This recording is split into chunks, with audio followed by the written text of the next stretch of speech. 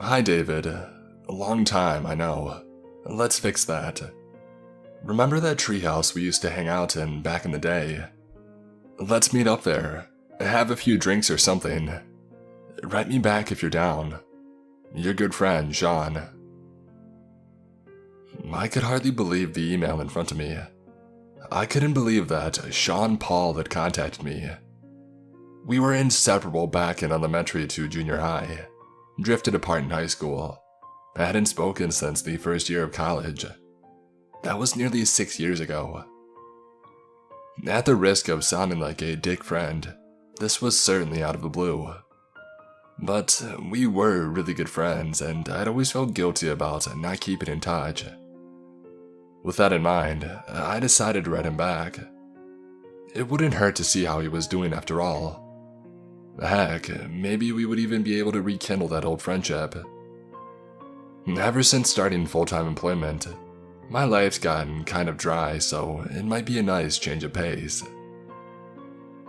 Hi Sean, crazy hearing from you after all this time.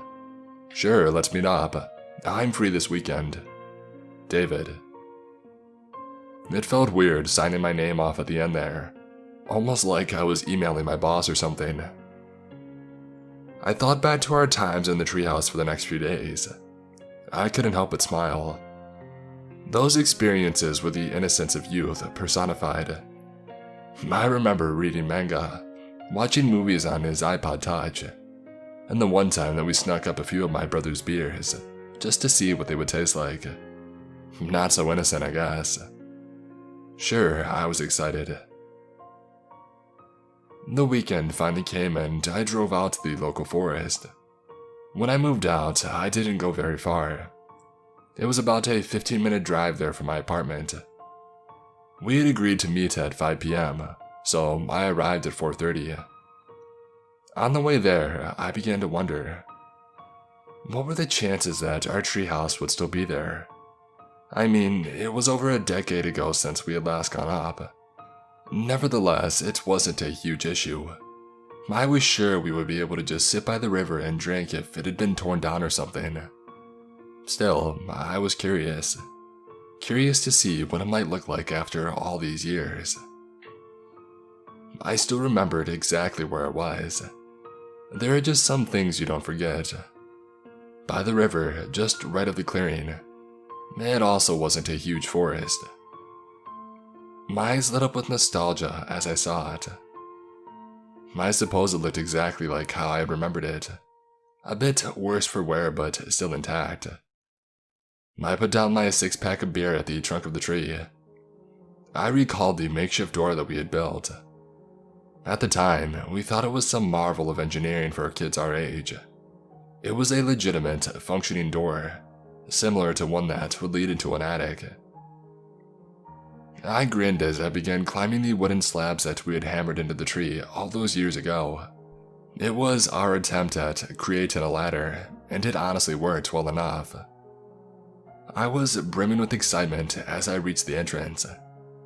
With a big smile on my face, I reached up and I tried pushing the door open.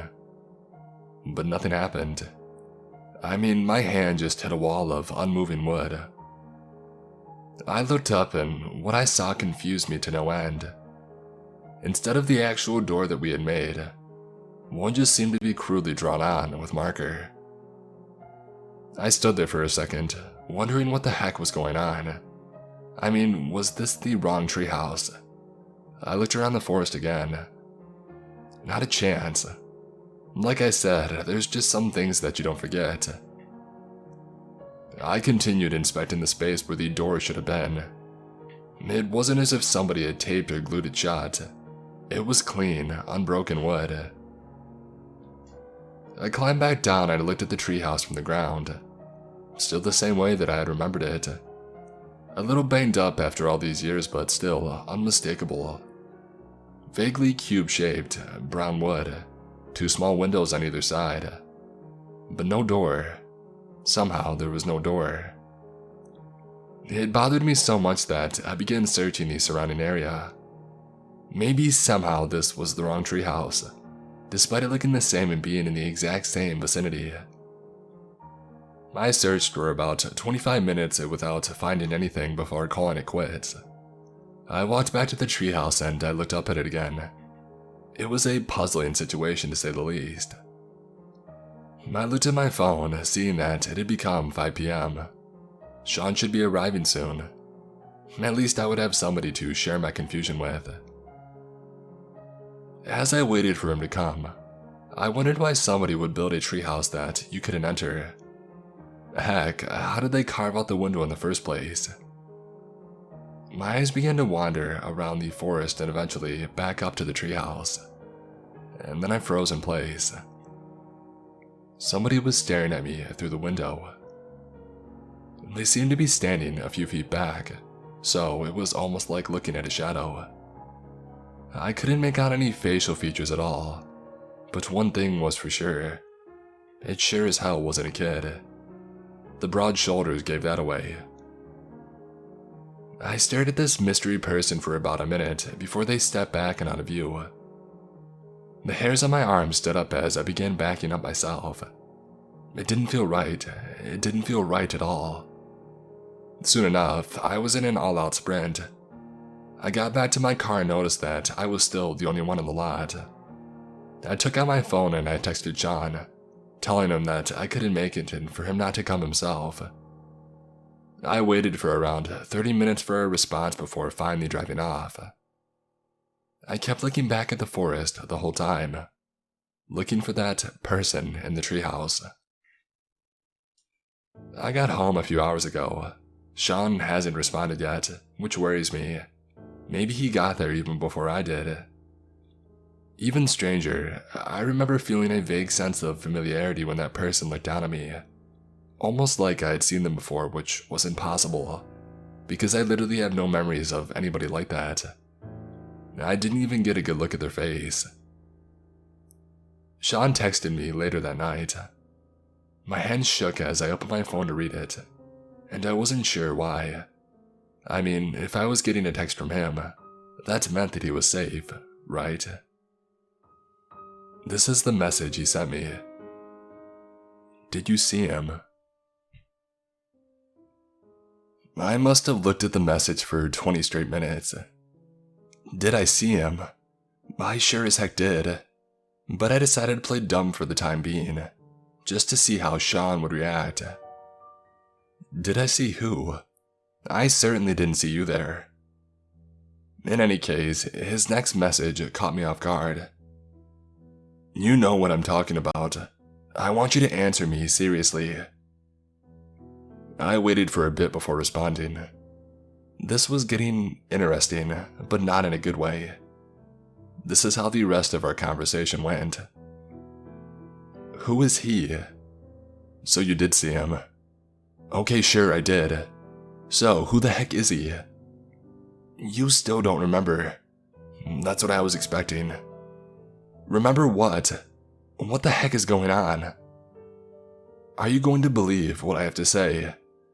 It depends on what you're going to say. Meet me in the forest parking lot tomorrow at 6 p.m. I know that you don't remember, but I'll help you do so. This isn't something that we can run away from. That entire conversation had only created more questions than it had answered. I mean, what the heck was I not remembering? And why was Sean acting so freaking weird? And most importantly, who was the guy in our treehouse? Sean used to be my best friend, sure, but I wasn't just gonna trust him like this. I decided to call June, a mutual friend of ours, in order to dig up some information. Unlike Sean, I actually kept in contact with her. Here's how that conversation went. David, what's up? June, do you remember Sean from junior high? She went silent for a few moments. David, what? This better not be some kind of sick joke. Joke? How would it be a joke? Listen, I just want to know if you've talked to him lately. If you know what he's been up to. Did you see him? Yeah, I did. And he was acting really freaking weird. David, you can't go back. Go back where? I thought June would act as a voice of sanity here. but that clearly wasn't going to happen. The only explanation that made sense to me was that this was all just one elaborate prank that they were both in on. It's ridiculous, I know, but so are these circumstances. In the middle of our call, I got another text from Sean. "Don't tell anyone about this, especially June. Please don't get her involved." I was starting to get fed up with this whole mystery BS. I was ready to give Sean a piece of my mind. I was going to ask, no, demand that he tell me exactly what was going on, and what he wanted from me. But something caught my eye before I could send the message. Somebody was standing in my backyard. My heart nearly dropped when I saw it. My porch light was on, but they were standing in the farthest corner, so I could hardly make out any explicit details. It seemed to be a tall man with broad shoulders, but that was about all I could discern. I looked down at my phone and dialed 911, but when I looked back up, the person had disappeared. Or so I thought. I turned my head slightly and realized that they were actually standing on my porch. I couldn't stop myself from screaming this time. Now fully illuminated, I could see that this person was wearing a black tracksuit and one of those white plastic theater masks with a grinning mouth. It was almost too small for his face. The sudden sight of him petrified me to the point where I couldn't move a muscle for the longest time. Eventually, the man lurched forward and smashed his head into my glass door, cracking his mask in the process. And then he did it again and again. After the fourth time, it shattered. And that's when I started running. I could hear his heavy footsteps reverberating through my empty house as I barreled out my front door.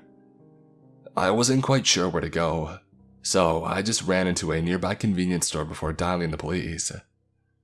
My hands shook as I told them what had happened, and they said that they would send somebody right over. After calming myself down, I decided to call Sean as well. Obviously, I was still kind of pissed at him, but I needed answers, and I needed them soon. He picked up after the first ring. "Sean, can you guess what the heck just happened to me?" "What?" "Some weirdo just broke into my house." "Was he wearing a mask?" "What? I mean, yes. How the heck did you know? Did you call the police?" "Obviously, no crap." I could hear him sigh over the phone, which pissed me off even more. "Look, you want to stop playing this weird freaking game with me? I haven't seen you in forever, and then you come back into my life with this kind of BS. He chuckled. They really did us dirty, didn't they? Say one more line of your cryptic nonsense and I'll report you to the police myself. You can't go back to your house now. They'll be waiting for you. And don't ask me who they are. I'll tell you in person. You remember that diner we would go to during our first year of college? It's been open for a few weeks now. Meet me there ASAP. Why there? Because I need a beer and coffee. Also, I think they've figured out where I'm living as well. In the meantime, don't trust the cops. He hung up afterwards. I stood there for the longest time, trying not to let the disbelief wash over me. About a minute later, I got another call. This time, it was the police. We've taken care of him, for now, but we need you to come back to your house and answer some questions. Come back. I told them that I would be on my way, which was really the only response that I could give them. I thought about Sean's warning. If I trusted him, and he really had gone psycho over the years, then I was in big trouble. But at the same time, there was something in the police officer's tone that I didn't quite like. Sean sounded more genuine. I suppose he always has been. After another few minutes of consideration, I decided to go to the diner. At least it was a public place. He wouldn't kill me there, right? I left the store and I began making my way over. I had been standing in the chip aisle for a while and the cashier looked about, ready to call the cops himself. Since I had left my car back at the house, I was forced to take the public transit, which I really didn't want to do.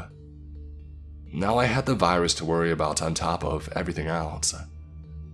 The bus was empty when I got on, so I decided to close my eyes for a minute.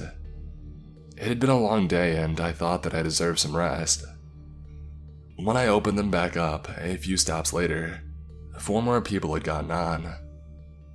They were all wearing those theater masks, all of which had varying expressions, and they were staring right at me. Now, I don't know what you would have done in a scenario like this, but I kind of just froze. I'm not sure how long it lasted. It could have been a minute, maybe 10. At one point, the bus stopped moving and I could see the driver putting on his own mask. Not an ideal situation to say the least. After working up some courage, I decided to make a break for it. I bolted up and dashed down the aisle, not really sure what I was expecting there, that nobody was going to try and stop me. One of the masked individuals that had gotten in was a large, burly guy. He grabbed me by my shoulder and pulled me back before I could escape the bus. His fingers dug into my flesh as he centered me towards him. "Are you going to come back?" he asked in a disturbing, monotonous tone. I didn't answer. Instead, I shrugged away from his grip and I ran off. He definitely let it happen. If he had actually been trying to keep me in place, there's no way that I would have budged. Thankfully, nobody followed me off. Instead, they just sat there watching me as the bus drove away. Things had gone from annoying to downright horrifying. I didn't get it. What the heck did they want from me? It clearly wasn't money. They would have just held me there. My mind kept going back to the idea that this was all a prank. As absurd as it was, it still made the most sense. If that was the case, then I was beyond pissed at Sean. This was not something that I needed right now. I decided to walk to the diner. Thankfully, I wasn't accosted by any more people in masks on the way. I expected to enter the place and find a full camera crew waiting for me, and I was ready to chew them all out, but that wasn't the case. Instead, I found Sean sitting at a table alone. Oh, I thought, I guess the grand reveal will come later. I stormed over to his table and sat down, nearly fuming. What is going on, man? What is this? He looked up at me and smiled, a face that I hadn't seen in some time. I don't know if it was just me, but it looked as if he had aged about 20 years.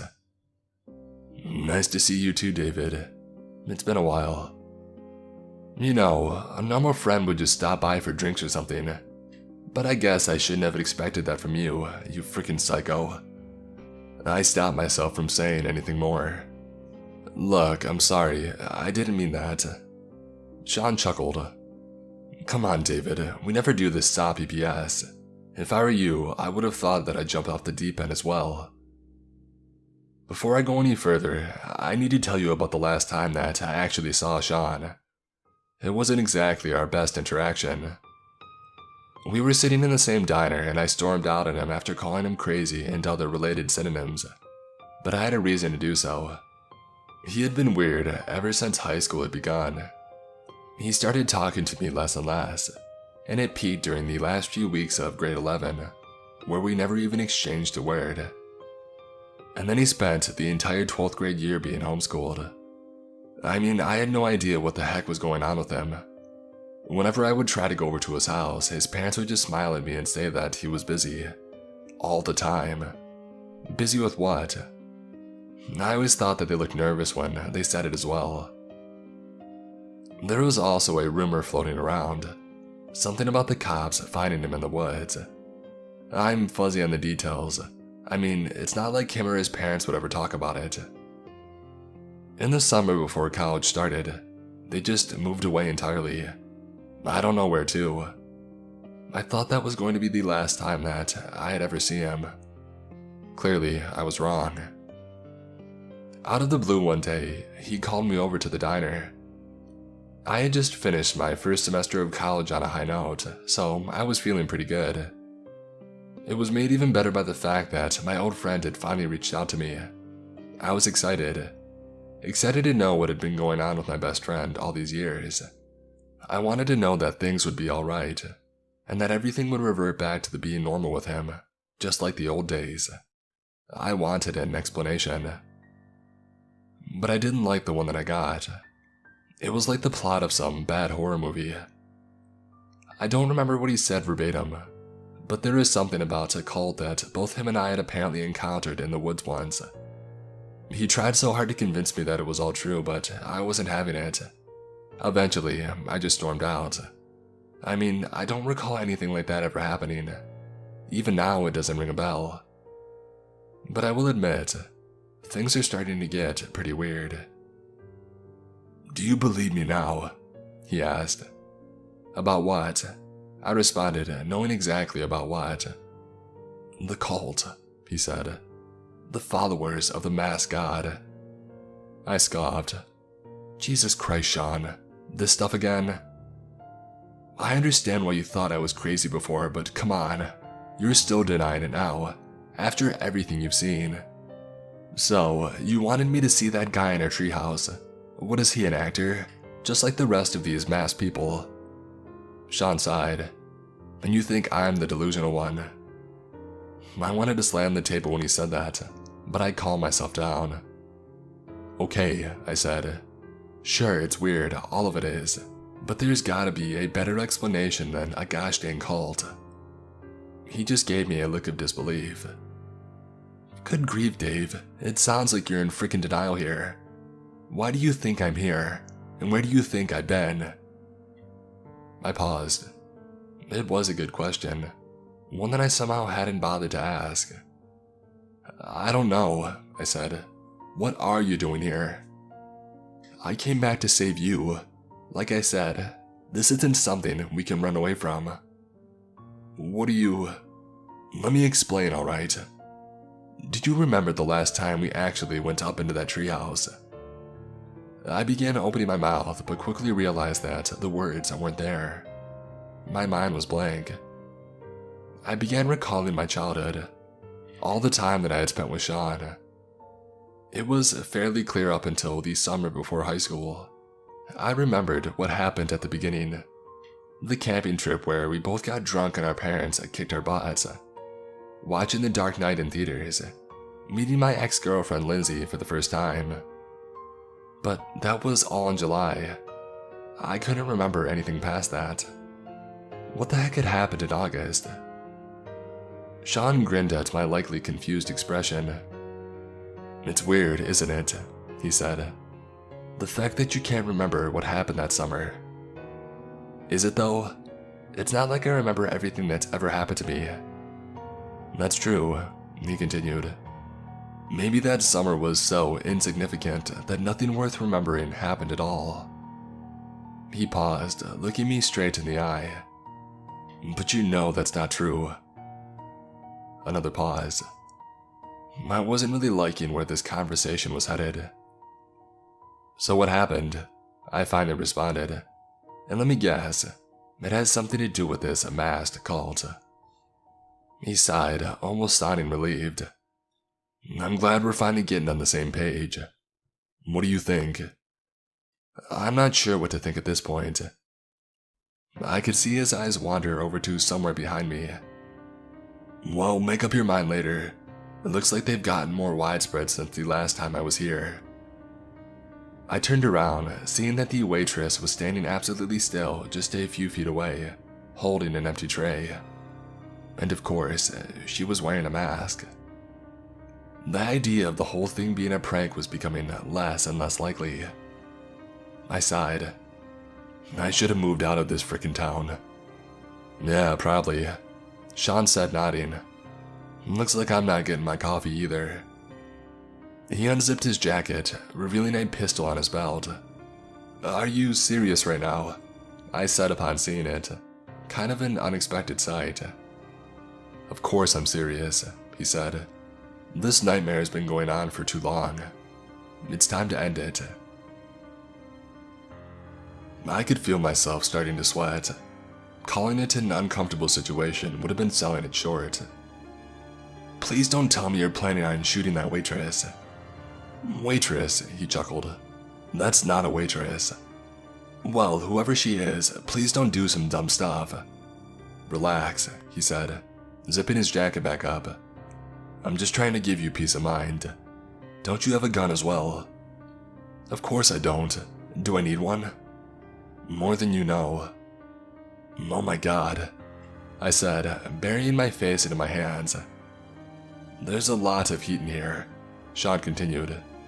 I turned back around, seeing that at least 5 more of the restaurant patrons now had masks on and were staring over at us. This is freaky. Sean stood up and threw a crumpled $20 bill onto the table. Let's get out of here. And go where? Take a guess. What? How the heck am I supposed to know? Instead of answering the question, he just walked off. We left the building and headed back onto the streets. I don't know if it was just me, but I could feel a tension rising in the air. Almost like an invisible pressure on my body. It was weird. So, let's say that this cult hypothetically exists. What's it got to do with us? And why don't I remember any of it? I asked. Sean smiled. You should have asked that question at the beginning. I rolled my eyes. Anyways, it's a bit complicated. I figured. And I'm not sure if I remember everything myself. But let me start from where I think the beginning is. According to Sean, this is allegedly what had happened. You see, we stopped using that treehouse much during the latter years of junior high. I don't know, I guess we thought it was lame at that age. Nevertheless, we decided to go there one day after months of not being there at all. It was in August of 2008, the point where I stopped remembering anything. That day that we went up there, we found a mask lying in the corner. One of those plastic theater masks. Sean said that he remembered its expression being a disturbing one, so much so that he had found it hard to look at. He couldn't fathom why somebody would produce such a thing. And guess what you went and did with the mask? He asked. What? You put it on and tried to scare me. I could believe it. I was a bit of a rascal back then. But what he told me next was a bit less believable. As soon as I had put it on, I apparently stopped moving. He thought that it was a part of my act at first, but I never dropped it. I just stood absolutely still, not saying a single word. Even as he tried shaking me out of my sudden trance, I wouldn't budge. Eventually, he decided to get help, but before he went and climbed on the steps, he looked out the window and saw somebody staring up at the treehouse from the ground. A person wearing a mask, standing at the edge of the clearing. Stifling an instinctive scream, he crouched down and began observing. Soon enough, this person was joined by others. At a point, the masked people had formed an effective perimeter around the tree. This is when he started freaking out. He tried everything to get me to stir, but I wouldn't budge. Eventually, he tried taking the mask off, but he couldn't. For some reason, it was stuck to my face like glue. We didn't have cell phones back then, so he couldn't just call somebody. He glanced back out of the window, but couldn't see anybody there. He tilted his head down, and he figured out why. They had all moved to the base of the tree. He backed away and grabbed the knife and baseball bat that he had hidden in the floorboards. His only line of defense. He could hear the people beginning to climb up. He dashed over and swung the bat at the head of the person who made it up first. To his horror, his swings didn't seem to yield any effect. He watched as the person's head violently rocked to the side upon impact, and he could hear something crack, but they didn't stop. They just kept pulling themselves up into the treehouse. In a last-ditch effort, he took out his knife and stabbed them in the shoulder. Instead of blood seeping from the wound, it was some kind of sand-like substance. That had no effect either. Soon enough, 3 of the masked people had made it up. Sean dropped his weapons and backed himself into a corner. They stood still for a moment before turning their heads towards me, while I was still unmoving. One of them reached out and put a hand on my head, before chanting out some inhuman dialect. This is when he supposedly passed out. This sounds like some fever dream, I said, interrupting him. I'm pretty sure I would have remembered something like that. Let me finish the story, he responded. Why? Does it get even more ridiculous? Let me guess, a freaking spaceship landed next. He sighed, sounding more frustrated than before. You're in denial, I get it. Looks like I'll have to do something drastic to bring you back to reality. Well, that doesn't sound very promising. He abruptly stopped in the middle of the street. He looked behind us and I followed his gaze. 2 police officers were standing some distance behind us. They had also stopped in their tracks, staring intently at us. Sean took his pistol out and aimed it at them. Dude, please don't. He fired a shot before I could finish my sentence, striking one of the officers straight in the chest. I put my hands up in horror. You've lost your mind, I said, starting to panic. What did you just do? Look at them, he said, nearly shouting. Where is the blood? Curious, I squinted. He was right. The shot had hit the officer close to point blank, but there was no bloodstain. Instead, some kind of yellow-brown substance had started leaking from the wound. It almost looked like sand. But that wasn't even the most disturbing part. The cops didn't react at all. In fact, nobody did. The streets weren't packed by any means, but there were a good dozen people in the vicinity. None of them even glanced over at us. God dang, Sean said, looking around. It's gotten worse than I thought.